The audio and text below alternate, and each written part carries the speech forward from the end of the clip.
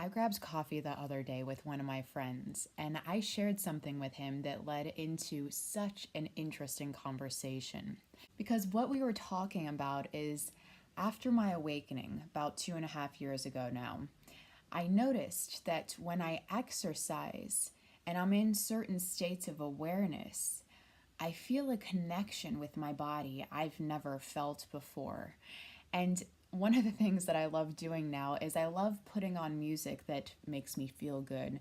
And I love dancing to the music and just feeling my body move to the beats and music and have that really allow me to connect with my body on a level I've never done before. It can lead into such an intimate and even kind of a sensual sort of experience, but just with yourself in the simple act of moving your physical body and feeling your muscles responding to your intention. And so I began to tell him at one point in time when I was bringing my hands closer and farther apart when I had my eyes closed. And I became aware that when my hands were about an inch or two away from each other, I began to feel like there was like a force field in between my hands. And it felt like my hands were kind of repelling each other, kind of like they're magnets of opposite charges, and you can feel that repulsion as you kind of bring it closer together. And I noticed that whenever I'm about an inch or two away from each other, I can feel this force field, and I can even start to kind of move it in my hands.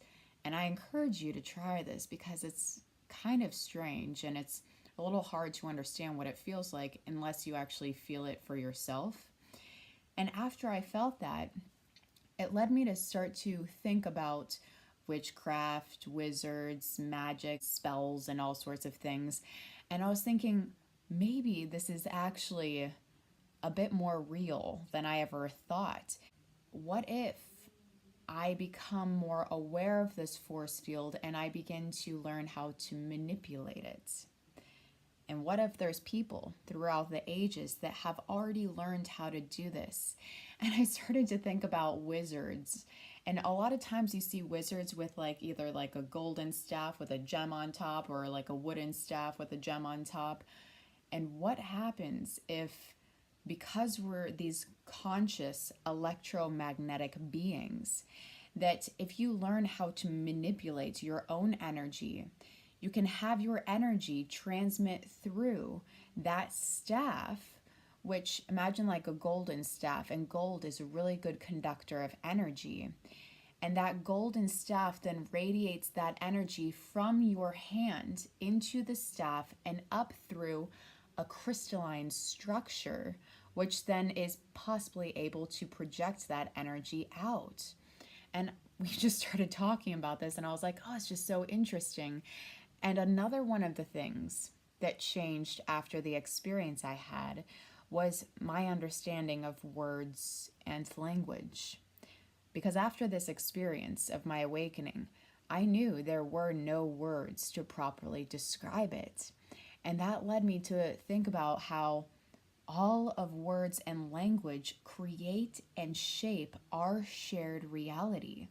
And if I can't find the words or language to properly convey an idea that paints an image within your mind, then is it like this experience that I had even existed if I can't communicate it to others and have them truly understand what it is I'm saying?